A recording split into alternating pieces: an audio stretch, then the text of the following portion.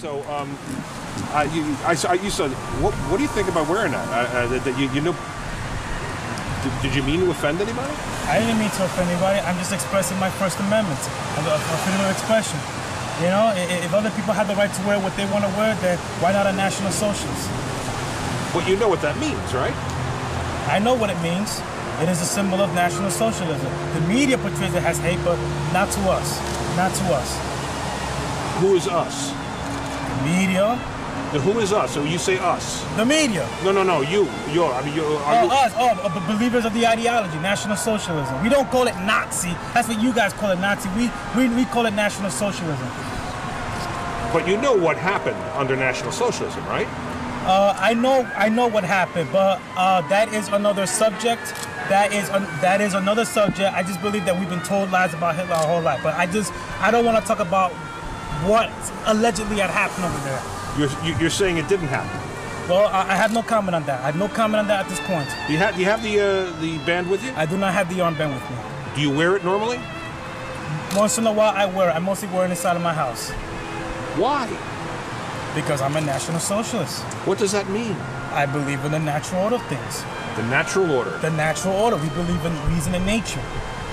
We believe in survival of the fittest. We believe in all that other stuff.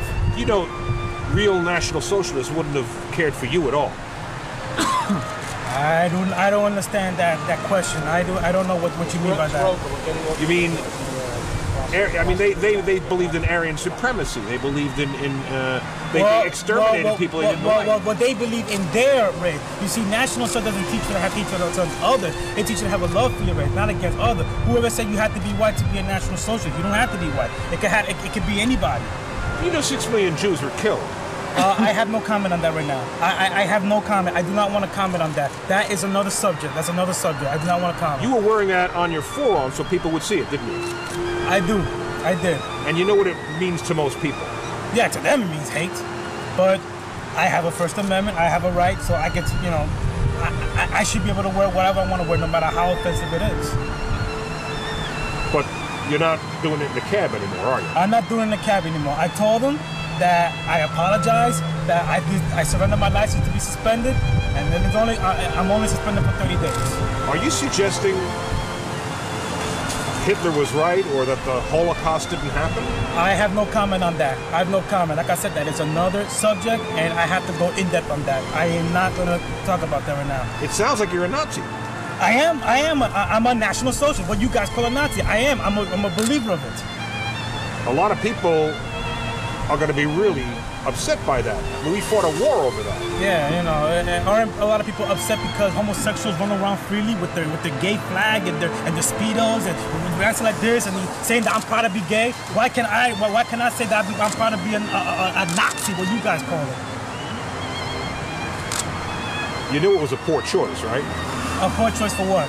To wear a Nazi armband in a New York City cab.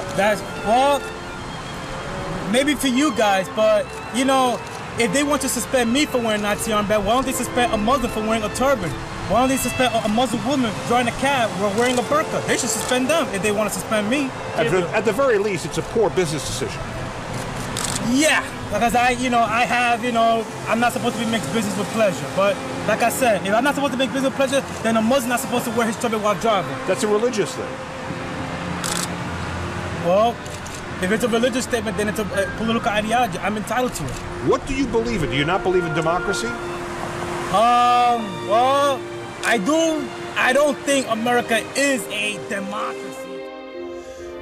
So I became aware of this character while listening to a Nazi podcast for researching videos on this channel.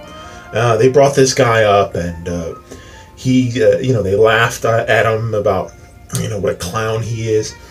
And like it's on the one hand, it's really tragic because, this guy is from Dominican Republic and came here from an impoverished, disadvantaged country, and then came up from the inner city, obviously, and is working to make an honest dollar, and is having the ignorance that was born out of his being disadvantaged in this society exploited by these right-wing talking points that somehow infected, his compromised psyche. And there's always more to understanding politics and your political positions than just your level of intellect, because there are plenty of people who are in the alt-right that used to be professors in legitimate universities. William Pierce, who wrote the Turner Diaries, he was a legitimate professor. So it's not just about being uneducated, but there's a lot of evidence that the alt-right, and before it, the reactionary talking points generally of the American right wing, are tailored to speak to the reptilian brain, like the brain stem. The human brain is composed of vestigial layers. So like there's like a mammalian brain, a reptilian brain, a higher abstract brain. And what they've done over all these years with pandering the working class white vote is create talking points for people who are caught unawares, to also get knitted in. So sometimes you get based black guys that are chumps and are advocates for the white race. Sometimes you get the worst of the current batch within the alt-right, because the alt-right is not very friendly to based black guys unless they're pucking Jesse Lee Peterson around, is the alt-right, since they're skin color based, have some based Latinx people, based Latino men and Latino women that sniff around the alt-right, and they agree with the alt-right on just about anything, and maybe they are very fair-skinned, although in this case, this gentleman, Gabriel Diaz, unfortunately is not white Latino. Unfortunate for him, considering his personal beliefs, the civilization that he would bring about with his political activism of wearing swastikas at his workplace and in public, and wearing Nazi gear in the street, would result in deportation, internment, and the greatest hits of the Nazi Party, mass extermination of Afro-Latino people. But he's not alone, because if you followed, and again, like, I'm shitty for, I guess it's necessary for politics, but I do follow a lot of the drama within the alt-right since the 2017 failure of Charlottesville to sort of, be their debutante's ball. There's been a lot of finger pointing and cannibalism going on in the alt-right.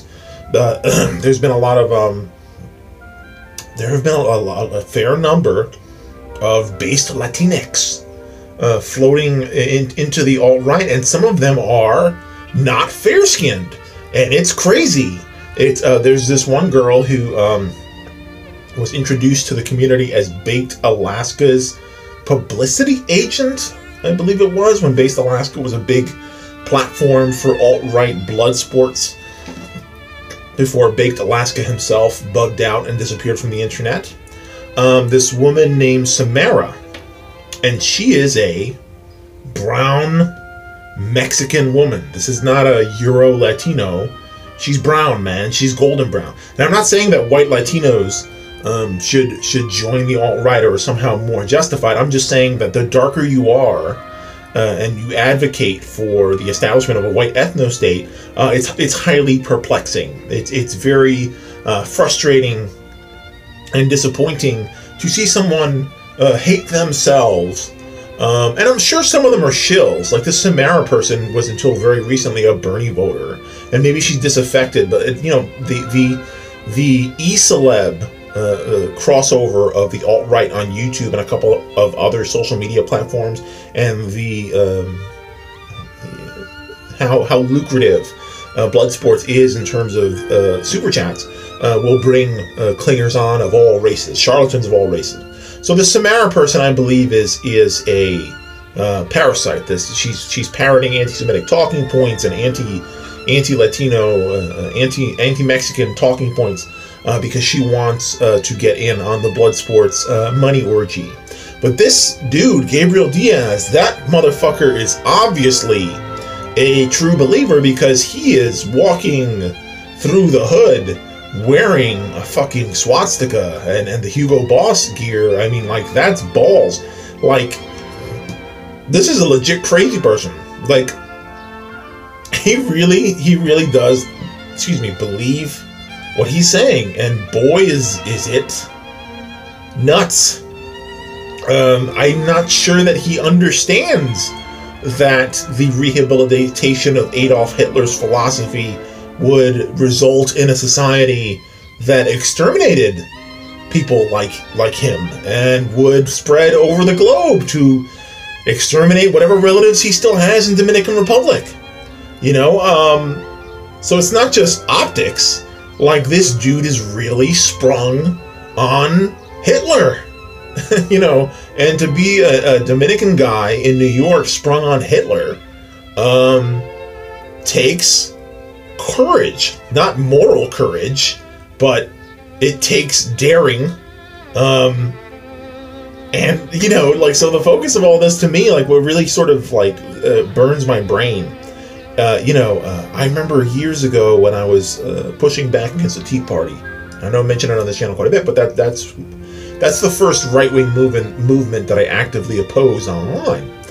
And I remember someone leaked out from, like, a brain trust meeting where Frank Luntz and a couple of other Tea Party era political strategists were talking, and they introduced me into that idea that Republican talking points, conservative talking points, are boiled down and focus tested and carefully researched to directly engage your primal reptilian brain. It's provoking and exploiting the brainstem. So, you know, it's obviously, you know, deeply reactionary, right? And I was like, look at this fucking guy. This cab driver is the walking Prometheus of this shit. This guy really is he's Mary Shelley's creature, man. Like straight up. He is a Afro-Latino Nazi. And tragically his ignorance is sort of being used for fodder, because, you know, the reason the alt-righters laugh at him is because he's a tool, and they're not gonna, if they ever take power, they know they're gonna kill him. They know that his life has no value to them. So, like, they're getting off on this. This is like when a wolf plays with its food before it kills it. This video's from 4 years ago. I hope this dude got some help.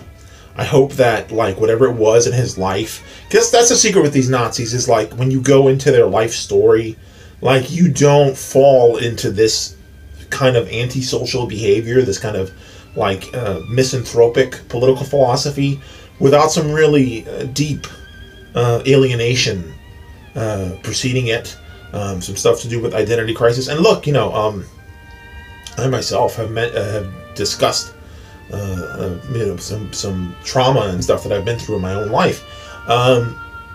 So I'm not diminishing people who have issues with mental health. I'm not diminishing people who are trying to cope with these issues.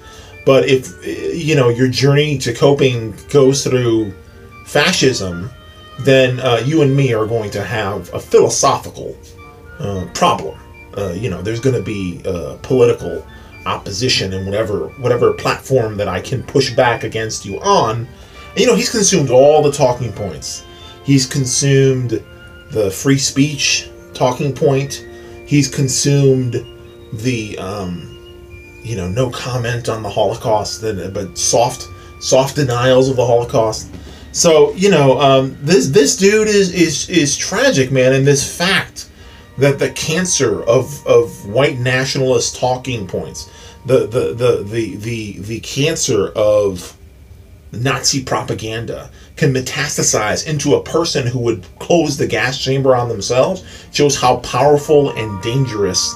And, you know, I remind people, because I consume a lot of right-wing propaganda, and I have to fucking remind myself every time, remember that you are not immune to this. You are not immune to propaganda, because you never know what you're going to internalize, from, if you're having a moment of weakness. So